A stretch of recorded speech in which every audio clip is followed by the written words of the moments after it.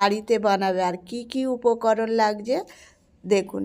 Contains milk বানাবার জন্য এখানে লিকুইড দুধ লাগছে আর এখানে লাগছে গুঁড়ো দুধ। কন্টেন্স মিল্ক বানাবার জন্য প্রথমে আমি লিকুইড দুধ দেবো। দুধটা ঠিক এই হাত সওয়ার মতন গরম। এই দুধের মধ্যে গুঁড়ো দুধটা অল্প অল্প করে দিয়ে মিক্স করতে হবে, নাহলে ডলা পেকে যাবে।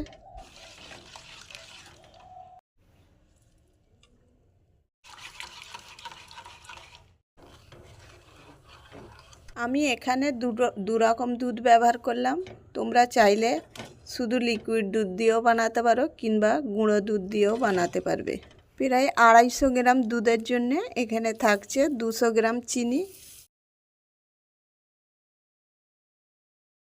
কন্টেন্স মিল্কটা এই পর্যায়ে চলে এসছে। আমি এখানে দিয়ে দেব বেকিং সোডা অল্প। আর বেকিং সোডা দিয়ে আর জাল করা যাবে না, গ্যাসটা বন্ধ করে দেব। বেকিং সোডাটা দেওয়ার পরে কন্টেন্স মিল্কটা কিন্তু একটু ফুলে যাবে, লাড়াচাড়া করতে করতে আবার ফের ঠিক পর্যায়ে এসে যাবে। এই দেখুন কন্টেন্স মিল্কটা আমার রেডি হয়ে গেল। কি বন্ধুরা, কন্টেন্স মিল্কটা আমি বাড়িতে বানিয়ে ফেললাম। কেমন লাগলো কমেন্ট করে জানাবে।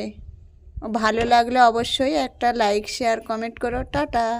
কন্টেন্স মিল্কটাকে একটা কাঁচের বয়ামের মধ্যে ভরে রাখলাম। এটা আমি 6 মাস রেখে দিতে পারবো ফ্রিজের মধ্যে।